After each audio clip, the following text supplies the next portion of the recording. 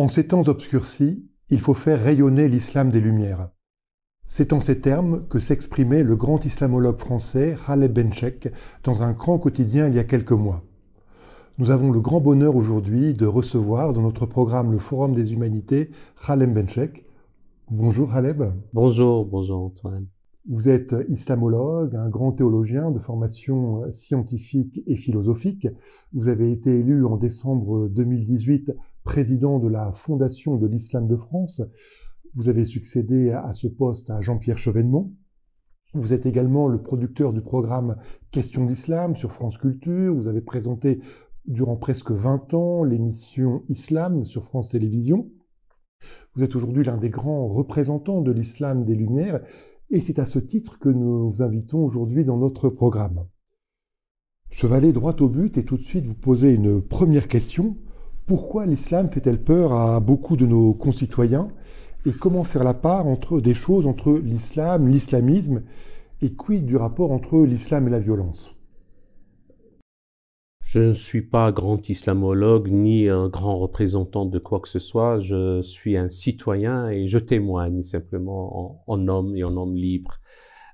J'assume mes responsabilités, bien entendu. Oui, c'est vrai, la tradition religieuse islamique, le vocable islam lui-même, font peur. Font peur et non sans raison, parce que des attentats abjects sont commis en son nom, de la violence terrible, dans certains cas théâtralisée, mise en scène et s'abat au nom de la tradition religieuse islamique. Et là, la responsabilité des hiérarques musulmans, responsables, dignitaires, cheikhs, imams, théologiens, philosophes, intellectuels, est engagée.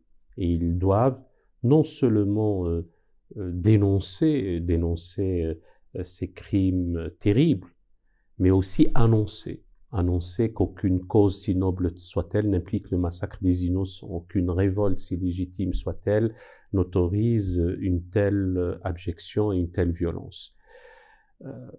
Maintenant, ce n'est pas une restriction par rapport à ce que je viens de dire. Il y a aussi une autre présentation qui requiert froideur d'esprit, raison gardée, une compréhension juste des choses et essayer de faire preuve de discernement et de lucidité. Et qui dit essayer de comprendre ne dit pas admettre. Au contraire, il faut comprendre pour ne pas rester tétanisé à attendre les prochaines attaques. Il y a donc une condensation multidimensionnelle de facteurs qui nous ont amenés à cette situation tragique.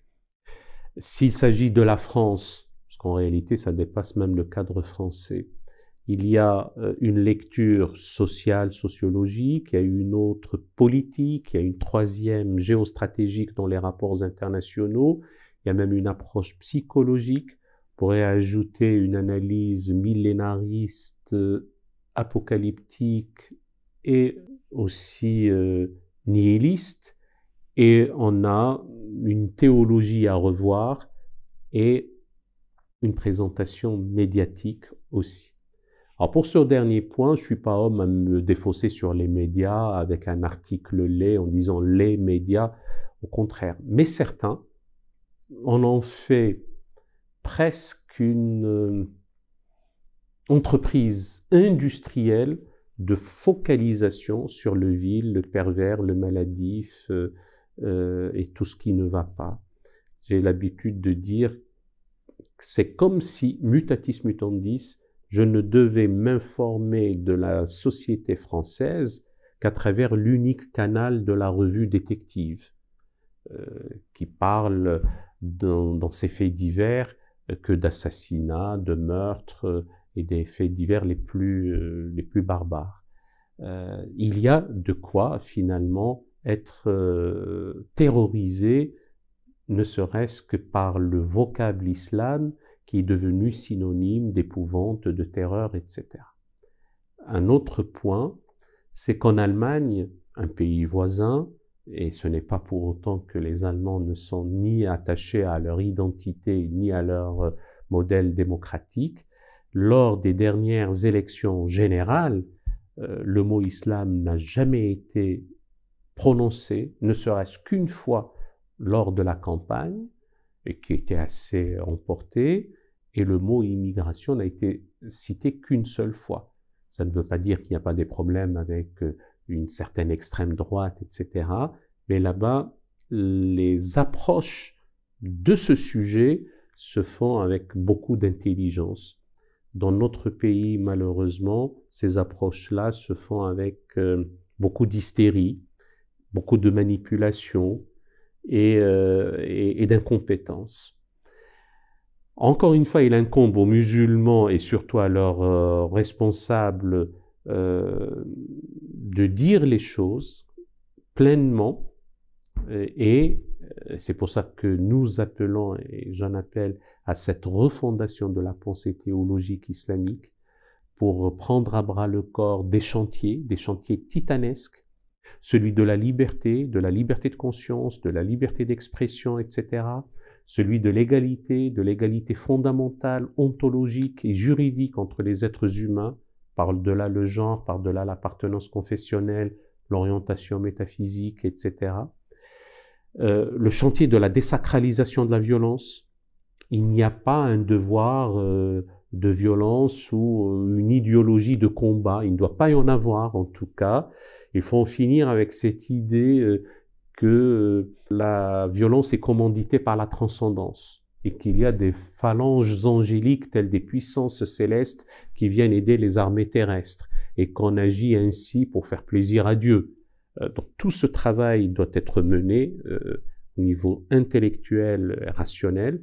Dernier chantier, c'est celui de l'autonomisation du champ du savoir et de la connaissance par rapport à celui de la révélation et de la croyance.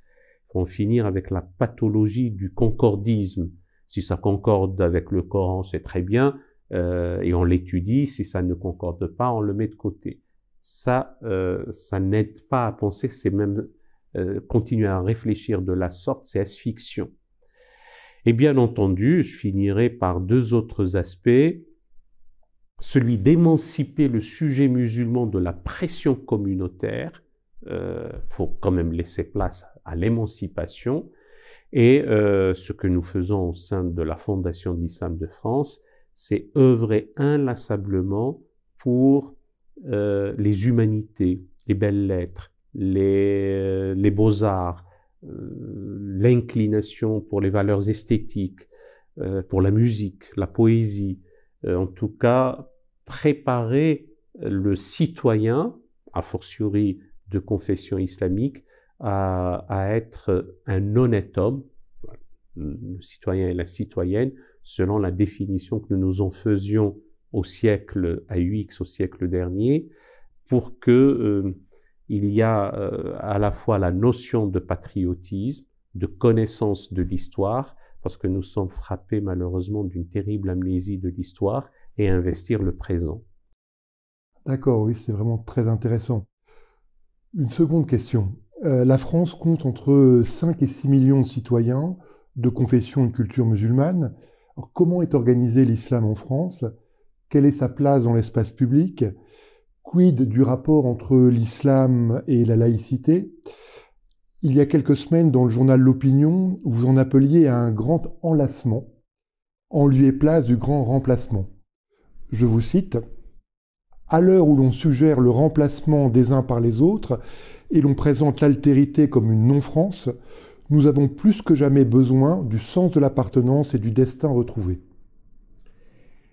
Oui, en effet. Alors on dit, puisqu'il n'y a pas de statistiques sur une base ethnique ou confessionnelle selon la loi, qu'il y aurait globalement 10% de la population française qui serait de confession ou de culture islamique. Encore faut-il préciser qu'est-ce qu'on entend par culture islamique, parce que la culture indonésienne n'est pas la culture sénégalaise. Donc il n'y a pas une culture islamique. Probablement on entend par là une culture maghrébine ou subsaharienne.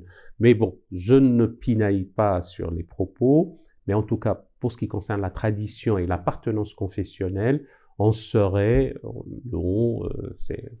tout cas en France, à une proportion de 10%, ce qui est non négligeable.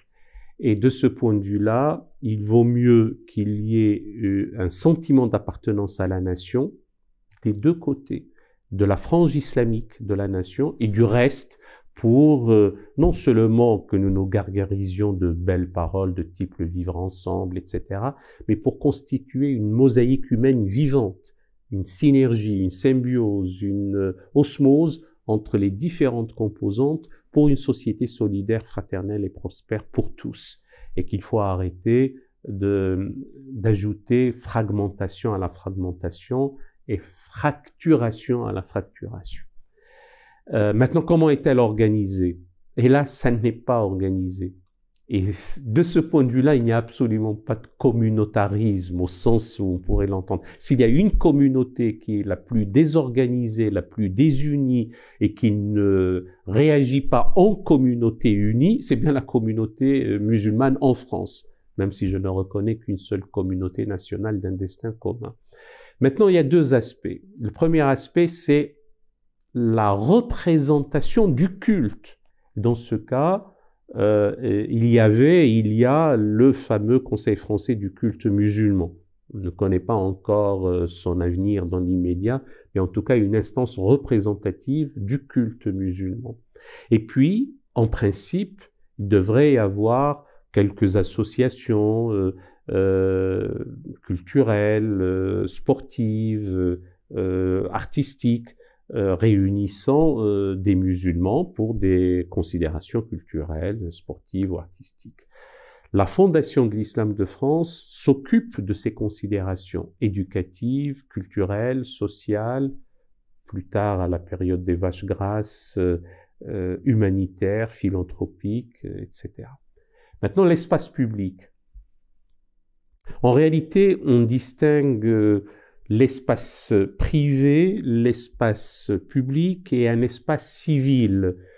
L'espace privé, c'est la liberté qui prévaut, les gens sont libres d'agir comme ils l'entendent chez eux, mais tout cela est dans le cadre de la loi, on ne va pas incommoder le voisin, etc., mais on est libre chez soi. On croit ce qu'on veut, on fait ce qu'on veut, on agit comme on l'entend, bien entendu. L'espace public est régi aussi par la loi. Il se trouve que nous sommes dans un État laïque, nous sommes tous sous la voûte commune de la laïcité et il n'y a pas de désordre public en principe. Et là, la question est plus une sorte de rétraction de l'exhibition de l'appartenance confessionnelle. L'espace civil, à mon avis, ça m'a valu quelques inimitiés, et notamment de la part de musulmans, c'est plutôt le sens de la discrétion. L'imam Tariq Oubrou le disait, mon prédécesseur Jean-Pierre Chevènement à la tête de la Fondation de l'Islam de France le disait, ce n'est pas venir avec ses grands sabots et imposer son point de vue. Je récapitule cette fois-ci dans l'autre sens. Espace public, la laïcité prévaut et on ne se prévaut pas de son appartenance confessionnelle et on respecte la loi et notamment la loi fondamentale, la loi positive, le droit positif. L'espace civil, on va dans un théâtre, on va dans une rencontre quelconque, etc. Il vaudrait mieux... Voilà, j'essaie d'être à la fois prudent et précautionneux et être plutôt dans la discrétion. Et l'espace privé, on est libre d'afficher ce qu'on souhaite comme appartenance confessionnelle ou même ses idées en famille et chez soi. Votre question sur le rapport à la laïcité, qui nécessite des conférences ad hoc et des colloques, là on résume les propos. Oui. Il n'y a en principe et intellectuellement aucune incompatibilité. Et que l'idée même qu'il y aurait ou il y a une incompatibilité irréductible entre le fait islamique et la laïcité, ça n'a pas de sens. Ça n'a pas de sens conceptuellement parlant. Si la laïcité se veut un principe de neutralité, depuis quand le neutre est incompatible? Il est à égale distance, neutre, ni l'un ni l'autre, des différentes traditions religieuses ou doctrinales. D'autant plus que c'est un principe, et un principe n'a qu'à s'imposer. La laïcité est avant tout un principe juridique, sans densité doctrinale, sans épaisseur idéologique. La laïcité, maintenant, d'un point de vue conceptuel, c'est une conquête de l'esprit humain. C'est un acquis de la modernité politique et intellectuelle. C'est une dimension essentielle de la démocratie, telle que nous la concevons ici. Et on ne gouverne plus selon le désir politique de Dieu. Et cette laïcité telle que je viens de la présenter s'adosse sur un corpus de valeurs. La liberté, bien entendu, c'est un principe de liberté. Ça garantit la liberté de conscience. Et comme j'ai parlé d'un principe juridique, donc il n'a qu'à s'appliquer, c'est aussi le fait de régir les relations entre les églises et l'État dans une séparation. Et là, rien, d'un point de vue doctrinal, ne s'oppose à cela. Maintenant, on peut me dire, oui, mais à travers l'histoire, ce ne fut pas le cas. Je répondrai, et là je laisserai nos amis qui nous suivent aller chercher par eux-mêmes, c'est qu'aucune religion au monde, je mets de côté la sagesse du judaïsme qui parle de Dina di Malchuta Dina, la loi du royaume, donc la loi du pays et la loi. Mais aucune religion au monde à prétention universelle n'a renoncé et ne renonce au pouvoir temporel motu proprio. Vous pensez que nos amis et nos compatriotes chrétiens, d'un beau jour, ont décidé, suite à un concile quelconque, de dire nous, en renonçant au pouvoir temporel, les choses ne se sont pas passées comme ça. Et aucune religion au monde ne résiste à la laïcité, d'autant plus lorsque ses propres théoriciens, théologiens, philosophes, intellectuels l'ingèrent, la comprennent, l'assimilent et l'expliquent, notamment aux fidèles. Alors on pourra toujours dire, mais il n'y a pas dans le Coran l'équivalent du denier de César. Matthieu 22 rend à César ce qui appartient à César et à Dieu ce qui est à Dieu. D'abord une première réaction, mais le denier de César ne nous avait pas prémunis pendant 20 siècles de la cité de Dieu, de la doctrine des deux glaives, de la querelle des investitures, de l'aigle de Meaux Bossuet et ses harangues pour l'absolutisme, de Massillon, de Dupanloup, Monseigneur Dupanloup, de quelques encycliques, l'encyclique Mirarivos, surtout l'encyclique Vehement Tornos du 11 février 1906, qui a excommunié les députés catholiques qui avaient osé voter la loi dite de séparation, et le début d'assentiment n'a commencé à venir qu'en 1924 avec l'encyclique Maximum Gravissimum Que. Et grâce à un travail considérable, remarquable et remarqué de théologiens de renom catholiques et protestants, comme Karl Rahner, Karl Barth, Urs von Balthasar, Paul Tillich, Gustav Thies et d'autres, eh bien, ce travail a été mené. Eh bien, les théologiens musulmans n'ont qu'à copier ce type de travail, parce qu'on est dans la famille abrahamique, et cela a commencé d'abord dès 1925 avec Ali Abderrazir et son ouvrage « L'islam et les fondements du pouvoir ». Cela doit encore se poursuivre. Pour cela, il faut un climat de liberté, d'audace intellectuelle, de revisiter l'histoire. On verra qu'à travers l'histoire, on n'a pas toujours gouverné selon le désir politique de Dieu. Soleiman le Magnifique, on le connaît affublé de l'épithète magnifique ici en Occident et en Europe, mais il était connu aussi comme étant Soleiman le législateur. Et sous Soleiman le législateur, le droit était de type séculier, on n'appliquait pas la charia ou que sais-je encore. Donc, revisiter l'histoire, apprendre qu'il y avait une longue tradition de miroir des princes et non pas un traité théologico-politique à appliquer. Et cette longue histoire de miroir des princes s'appliquait y compris au calife.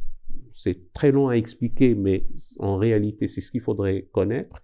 Et puis, le seul Léviathan a davantage de références à l'évangile et d'une manière générale à la religion que l'ensemble des traités supposés être des traités de gouvernement dans la tradition religieuse islamique. Donc, les accidents sont contingents du wahhabisme, du salafisme, de l'islamisme politique, notamment durant le XXe siècle, et cela doit être dirimé, contrecarré, pourfondu théologiquement et intellectuellement. Oui, c'est intéressant. Et comment concrètement, et comment, vous l'avez expliqué un petit peu, la Fondation de l'Islam de France peut contribuer à cette audace, à cette prise en considération de la dimension historique?